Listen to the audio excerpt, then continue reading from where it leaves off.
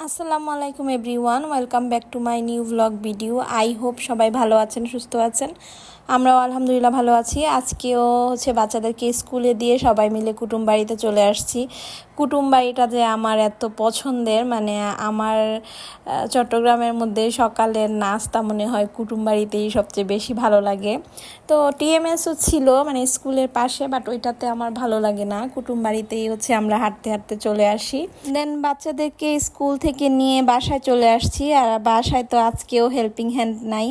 তো আজকে আমি বাসায় এসে গেস্ট আসবে বাসায়, সেজন্য আগাম কিছু প্রস্তুতি নিচ্ছিলাম।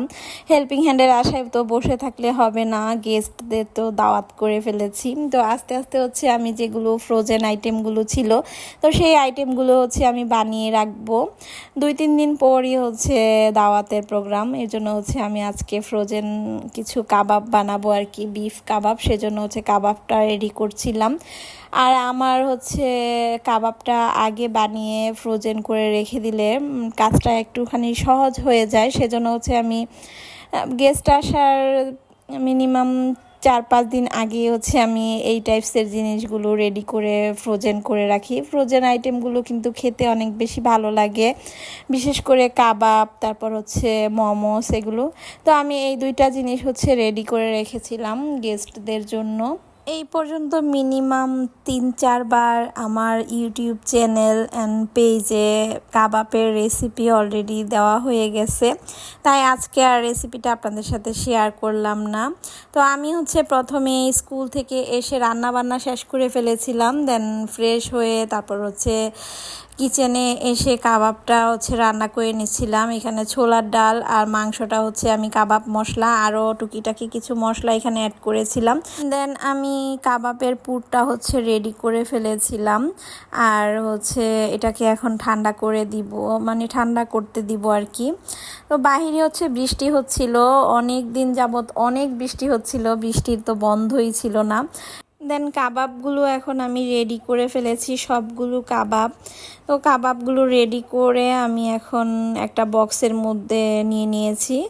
বক্সে নিয়ে এখন আমি এটাকে ফ্রিজে রেখে দিব। যখন গেস্ট আসবে তখন ফ্রিজ থেকে নামিয়ে কিছুক্ষণ পর ফ্রাই করে দিব। এরপর বিকেলবেলা বাচ্চারা বলছিল যে ওরা পাস্তা খাবে, আজকে হোয়াইট সস পাস্তা খাবে।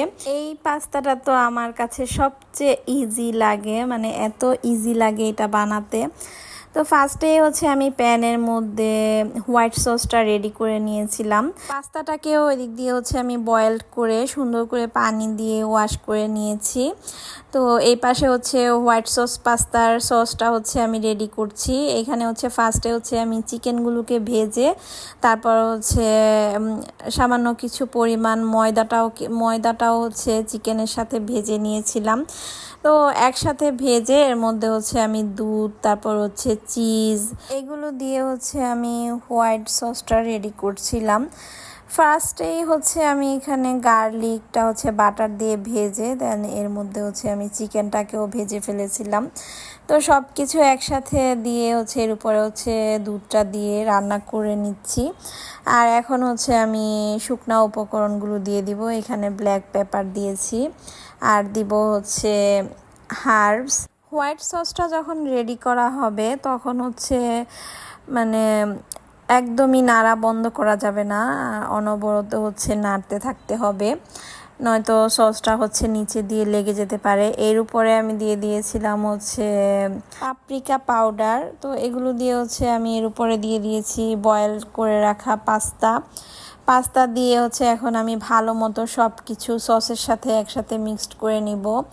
সসটা যখন ঘন হয়ে বলক চলে আসবে তখন এর মধ্যে আমি পাস্তাটাকে দিয়ে দিয়েছিলাম। তো সসটা বেশি ঘন করা যাবে না, মিডিয়াম, হালকা একটুখানি যখন আঠালো হয়ে আসবে তখন আমি পাস্তাটা দিয়ে দিয়েছিলাম। তো এখন পাস্তাটা খুবই সুন্দর একটা ফ্লেভার আসছিল, পাস্তাটা অলরেডি এখন রেডি হয়ে গিয়েছে। এর উপরে দিয়ে দিয়েছিলাম আমি গ্রিন পেপার, আরও কিছু দিয়ে দিচ্ছি অরেগানো। নামানোর আগে কিছুটা পরিমাণ অরেগানো দিলে ফ্লেভারটা একটু ভালো আসে। এখানে আমি কোনো ক্যাপসিকাম অ্যাড করিনি, যেহেতু এটা একদমই প্লেন পাস্তা আর কি, এরকম প্লেন হোয়াইট সস পাস্তা এরকম। তো এটাই হচ্ছে বাচ্চারা সবচেয়ে বেশি পছন্দ করে। আমার বাসায় এটাই ম্যাক্সিমাম সময় বানানো হয়। এটা একদমই ইজি। আপনারা চাইলে আমি ফুল রেসিপিটা নেক্সট টাইম হচ্ছে আপনাদের সাথে ভালো মতো খুব সুন্দরভাবে শেয়ার করব।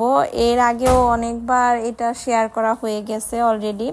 তো এই তো এখন সন্ধ্যার নাস্তা হচ্ছে সবাইকে দিয়ে দিচ্ছি, আর বাচ্চারা তো বসে বসে ওয়েট করছিল পাস্তাটা কখন রেডি হবে ওরা খাবে। আজকে হচ্ছে দুপুরবেলাও ওরা কিচ্ছুই খায়নি, ওরা দুপুর থেকে শুরু করেছে আজকে হোয়াইট সস পাস্তা রেডি করে দাও, হোয়াইট সস পাস্তা খাবো। এর জন্য হচ্ছে আমি বিকালবেলায় ওদের জন্য এই হোয়াইট সস পাস্তাটা রেডি করে ফেলেছি। আজকে আমি একটা না দুইটা কেক বানাবো। তো একটা হচ্ছে আমি রাতের বেলায় ফ্রস্টিং করব, আর একটা হচ্ছে সকালবেলা। এই তো সবাইকে হচ্ছে আমি সন্ধ্যার নাস্তা দিয়ে দিয়েছি, আর আমি হচ্ছে কেকগুলো কেন বানিয়েছিলাম সেটা নেক্সট ব্লগে শেয়ার করব। Thank you for watching my video.